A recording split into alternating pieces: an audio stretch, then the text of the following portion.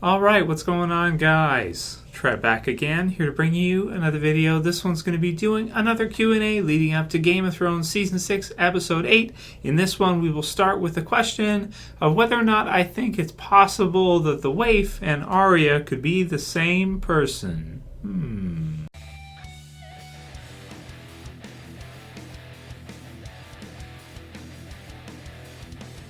And spoiler warning if you're not caught up on Game of Thrones. So this one was asked by A. Rousseau 2004. He said, what do you think about the Arya Stark theory where she and the Waif are one in the same? The quote-unquote Tyler Durden theory. So some kind of maybe like Fight Club, I want to say like Mr. Robot, kind of. These two characters seem to be, completely independent, but they're actually the same thing, actually the same person.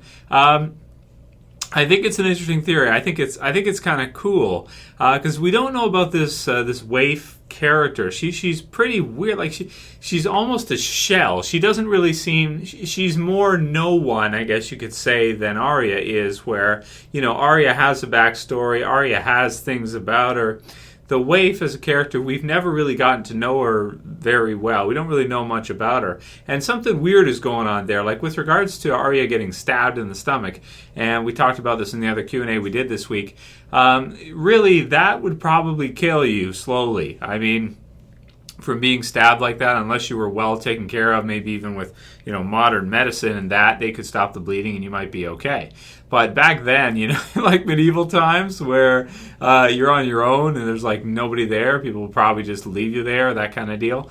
Maybe somebody will may try and help you, but even that's like, who knows? This is Game of Thrones, right? People are not the nicest to each other. Unless Arya gets really lucky or they play it like there is some kind of trickery going on there, like she's the version of Arya we see is like Jaqen H'agar in disguise or something.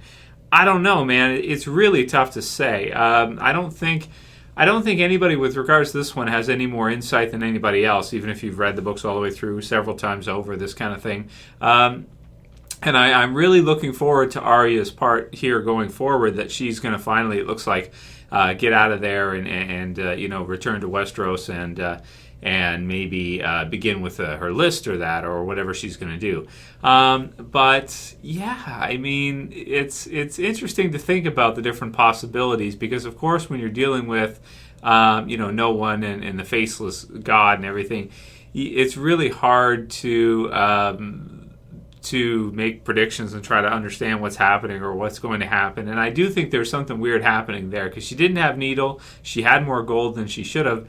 And it's definitely interesting. So I like the idea that maybe the two of them could be one and the same or something. It could be some kind of crazy test or something, or she's like facing some kind of like inner demon or something. Like her id is struggling against her superego, and the Waif is a manifestation of some kind of internal struggle or something. So I like the idea, but I don't think there's enough there for us to say that is what's happening.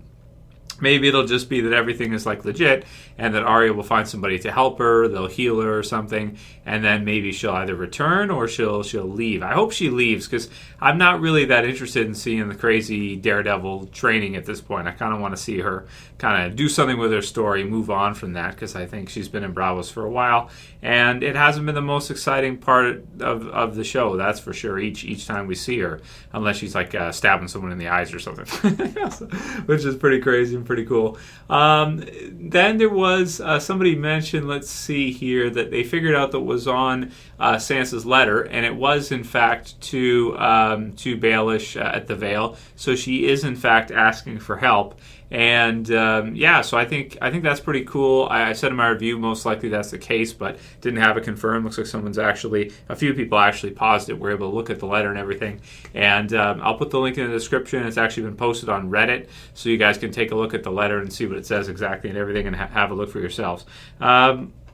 So yeah, it's pretty cool. I'm happy to hear that that's going to happen because I do like Baelish. And I've always kind of wondered ever since he did it, when he kind of gave Sansa, he handed her over to the Boltons. I was trying to understand what he was doing with that. I couldn't quite figure it out. I couldn't quite figure out. Maybe she's like a hot potato and he was just too worried about the Lannisters or somebody hearing that she's with him, so he decided to kind of pass her on once people kind of knew about it, rather than people telling them and then having them come after him. He'd be like, I don't know what you're talking about. She's not here. She's nowhere here. And maybe just kind of pass the buck off because she's like, but at the same time wanting her to be safe. Maybe he really didn't know about Ramsay, but I tend to think the Littlefinger kind of knows everything.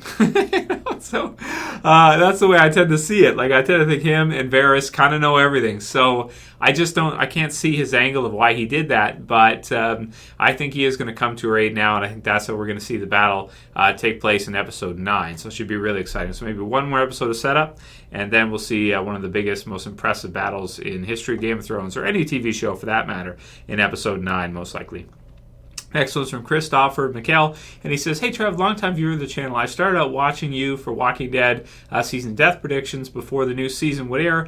As my interest in YouTube grew, I found myself watching your weekly reviews. Then I got interested in Game of Thrones this year. I know whose reviews I wanted to see, so thanks, man." So then he says, "When I got interested, I hope you're doing Game of Thrones Q&A this week because I really want to hear your thoughts on this. I read 2 theories online today about Arya." So this is a little bit more details about the theories. Arya, the first one is that who we saw get stabbed was really Jaqen H'agar, and he did it to save face as a leader, but to show compassion to Arya. He did kill himself physically once to save her after she failed to kill the businessman in the market last season. They went on to mention, and I agree, that she wasn't acting like Arya when she hired the ship to Westeros, and it also explains why she didn't have Nito with her. So I kind of mentioned a little bit about that. I like the theory. I think it is interesting, and it's definitely within his power set to do that if he wanted to. He also asked the waif not to make her suffer, and she clearly has stabbed her as such that she would. And it also doesn't really make sense why the waif would actually hate her. Maybe it's kind of like, she wants Jaqen to like her, this kind of thing, but he kind of has a soft spot for Arya. The second theory being that the waif is really an extension of Arya's personality, the part that wants to become faceless, and that's why they are at constant battle. I would agree with the first one before the second, but with your psychology background, I wonder what you thought of the second one. Sorry so long, please summarize as needed if you choose to answer this in a video. So, yeah, man, it's really hard to say. You could look at it that way as like maybe Arya's id is really her, and then the waif would represent kind of her super aggressive super ego, which is just beating the snot out of her to become what she thinks she needs to become. But yet Arya's kind of feelings and everything, and kind of her, not wanting to kill others and wanting to be good is kind of fighting back. So I think it's a cool idea for kind of the Fight Club, kind of type of theory. And because the waif is such a shell and she doesn't really seem to have much to her personality or anything, I could see that. And, really with that storyline, they could go any way, and I don't think there's any way you can really lean more towards one than the other. Your guess is as good as mine, as anyone else's really with that. Maybe roll some dice and go based on that, because almost impossible to say. Ashil from Dubai says, "Hey Trev, I have a general question. Why are you not active on social media? Twitter, Facebook, and Instagram. Would love to see you active on them. If you have a mobile device that has an internet connection, why not share your thoughts on the go? Thanks, brother, for everything you do on this channel, and keep up the good work." So, really quickly wanted to throw this one in here because you asked me that yesterday. It's pretty simple. It's just lack of time because, I work my shifts, and then after my shifts, I try to make a video pretty much every day for you guys, and this is where I do that. And then when I'm done, that puts me at about 50 to 60 hours a week. I don't really want to spend more time on, technology. I try to detox from technology after that. Jess manages them for me. Sometimes I'll hop on them here and there too, like every couple weeks or something like that. But definitely with regards to me, like being on them all the time, it would be really distracting. I wouldn't get the videos done like I do for you guys. I'd probably go on there. Next thing you know, 2 or 3 hours would be gone just talking with lots of you guys and serving around looking at stuff. And it would end up that I wouldn't get the videos done for you guys instead. So that's really what it comes down to. So it's really so that I can make videos with you guys, and through the Q&As is kind of my way of kind of talking with you guys through it. That's what it is, even though I could definitely do that. But it would just mean less videos, which, is like, well, that's the whole purpose of the channel, is to make videos anyway. Next one's from Dan. He says, Trev, saw this on Twitter, thought you might want to check it out. Yeah, so that's when he sent me the letter from for Sansa Forgot. It's pretty cool. Hello God 18 says, hey Trev, I have an idea for a video that you can do, or in a Q&A. What is your favorite season of Game of Thrones? Your favorite episodes and your least favorite seasons or episodes. And then we'll do like one more after this one. Yeah, man, that is such a good question. It's really hard to say. I mean, there are so many amazing things in Game of Thrones. And I mean, favorite season, I probably have to go with like season 5 at this point. We'll see how season 6 ends and if it surpasses that. But there's so many amazing episodes in Game of Thrones, like Blackwater, the weddings, Oberyn versus the Mountain, and I mean the children. There are some insanely exciting episodes in Game of Thrones. Cersei at the end of season 5 having to do her walk of shame and everything was crazy. I mean, Hardhome. I mean, there's just some amazing episodes, man. It is so hard to pick, and I'd have to go through and kind of watch them all again and kind of compare to try to come up with my favorite ones. And even then, it would be hard. I don't think it's easy to say there's one part of Game of Thrones that's clearly the best. I think it depends on the person. It depends on kind of which characters you like the best in Game of Thrones, in Westeros, and which ones are heavily concentrated at that time. I will say earlier on in the series, Rob's team, Robb Stark and his faction was pretty much my favorite from the series. And, there were some great parts with that, Tywin and everything, and all the battles that went through. It's just so hard to pick my absolute favorite parts of the series. It's so hard, man.